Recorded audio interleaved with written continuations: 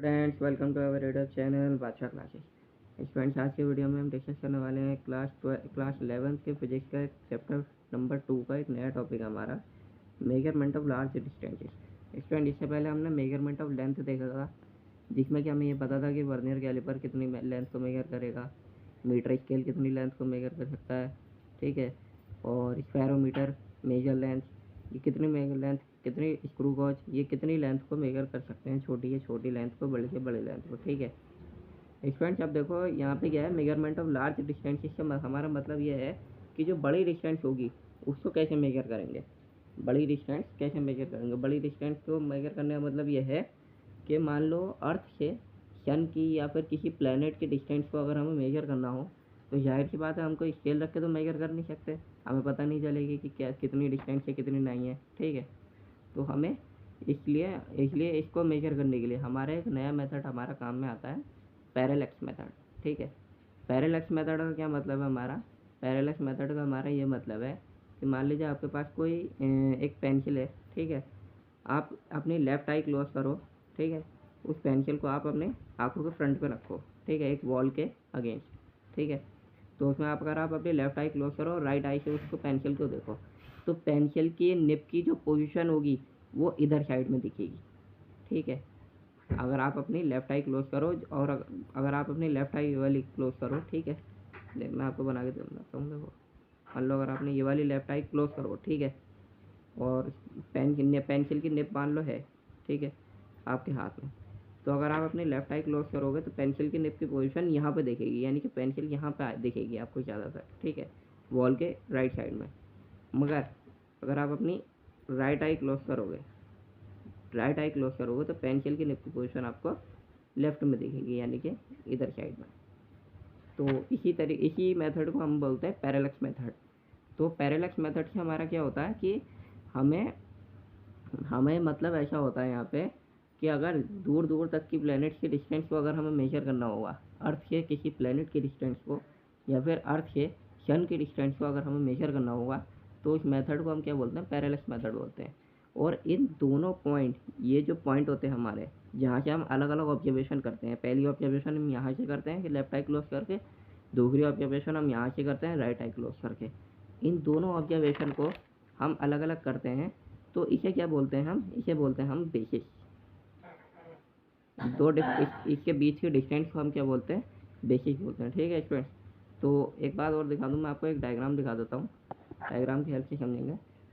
मान लीजिए ये हमारा एक इस टाइप से ट्रायंगुलर शेप का है, ठीक है, ये हमारा एंगल है थीटा, थीटा। इस पोजीशन को हम एच नाम देंगे, इस पोजीशन को हम ए नाम देंगे, इस पोजीशन को हम बी नाम देंगे, ठीक है, समझ में आ रही बात। यहाँ से यहाँ तक के डिस्टेंस को हम कैपिटल डी मान लेंगे, यहाँ से यहाँ तक के डिस्टेंस को हम ये कैपिटल डी मान लेंगे, ठीक है, इसको स्मॉल बी मान लेंगे, यहाँ से यहाँ तक के डिस्टेंस को, ठीक है। अब देखो स्टूडेंट, यहाँ पे अगर हम ट्रिग्नोमेट्रिक रेशियो लगाएंगे तो एंगल के सामने वाले परपेंडिकुलर अपॉन में बेस, तो ये हो जाएगी हमारे डी इक्वल टू में बी अपॉन में थीटा, डी इक्वल टू में बी अपॉन थीटा। तो देखो स्टूडेंट, ये जो हमारा एंगल है, एंगल ए एच बी, ये वाला एंगल को इसने हमके कहा है कि हम इसे पैरेलैक्स एंगल भी बोल सकते हैं और पैरेलिप्टिक एंगल भी बोल सकते हैं, ठीक है।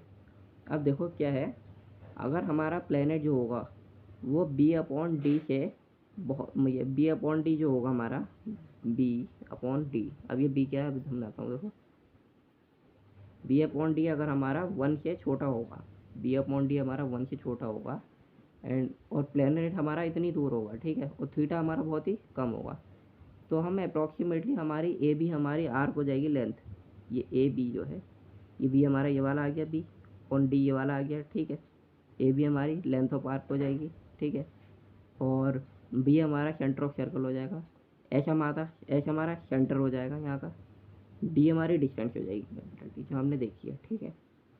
तो इसको देखते हुए हमारी ए एच हमारे बी एच से बराबर हो जाएगी, सो दैट, तो ए बी हमारी बी के बराबर तो है ही, हमें पता ही है, और ए बी हमारी डी थीटा के बराबर भी है। कैसे, देखो ए बी हमारी बी के बराबर भी है और बी हमारी डी थीटा के बराबर भी है, ठीक है, और ए एच हमारा बी एच के बराबर है, ए एच हमारा बी एच के बराबर है, ठीक है। तो D equal to B upon theta तो मैंने आपको बता ही दिया, ठीक है फ्रेंड्स।